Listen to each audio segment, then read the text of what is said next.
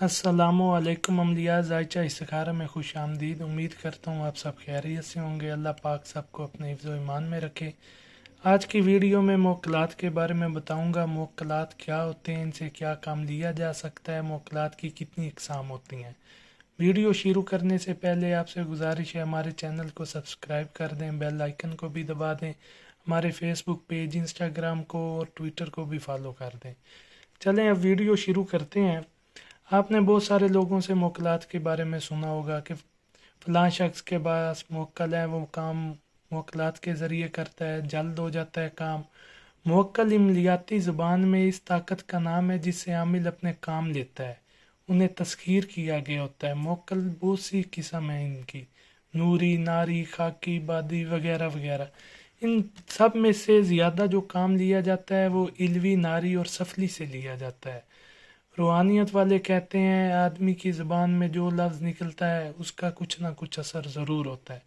जब आप एक ही इबारत को बार बार दोहराएंगे तो इबारत के अल्फाज से पैदा होने वाली कुव्वत कामिल के साथ एक किस्म का राब्ता पैदा हो जाता है। एक मुद्दत के बाद वही अल्फाज मुजस्सम हो जाते हैं। इस इबारत को दोहराने से जो ताकत पैदा होती है उसकी तजसीम पढ़ने वाले की हालत के मुताबिक होती है। मसलन अगर आप पाकीज़गी की हालत में कोई अमल कर रहे हैं तो जो ताकत आपको हासिल होगी वो पाक ताकत होगी, नूरी होगी। अगर आप नापाकी की हालत में कोई अमल कर रहे हैं, गलाजत में कर रहे हैं, ज़हन में बुरे ख्याल हैं, तो मुजस्सम होने वाली चीज़ या मोक्कल वो उसी तरह की होगी। चिल्लों में, वज़ाइफ में आपके ज़हन के जिस तरह के ख्यालात होते हैं उसी किस्म के मोक्कलात या जिन्नात हाज़िर होते हैं और उनसे उसी किस्म का काम लिया जाता है। मोक्कलात की 360 इकसाम गिनाई गई हैं जिनमें ईल, तैश और यूश है। ईल 41 हैं, तैश 319 हैं, यूश 316 हैं। जो ईल हैं ये फरिश्ते हो गए, जो तैश है ये शैतान हो गए और जो यूश होता है ये जिन्नत होता है। जो नूरी इल्म करते हैं वो ज़्यादातर ईल के ज़रिए करते हैं। जिन्होंने काला जादू वगैरह करना हो, बंदिश वगैरह करनी हो, शैतानी अमल करने हो, वो तैश के ज़रिए करते हैं। और जिन्नत के ज़रिए काम करने वाले हमेशा यूश मोक्कल का इस्तेमाल अपने हर अमल में करते हैं। अगर आप एक काम अपने 41 आदमियों को देंगे तो वो एक मुद्दत में करेंगे। अगर आप वही काम 319 आदमियों को या 316 को दे दें तो वो काम को जल्द अंजाम देंगे। अब मैं आपको बताऊंगा कि मोक्कल कैसे निकाले जाते हैं। फ़र्ज़ करें अब हमने एक आदमी से काम लेना है मगर वो आदमी हमारा काम नहीं करना चाहता। उस आदमी का नाम हम मिसाल के तौर पर हसन ले लेते हैं। तो यहाँ हम हसन के अदाद निकालेंगे। हसन के अदाद बन गए 118।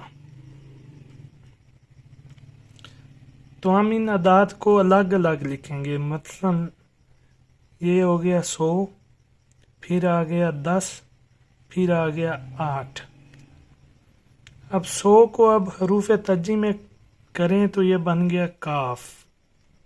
10 को हरूफ तज्जी में करें तो ये बन गया ये। 8 को हरूफ तज्जी में करें तो ये बन गया हे। मतलब हसन से हमने काम लेना है तो इसका मोक्कल क्या बनेगा? कह।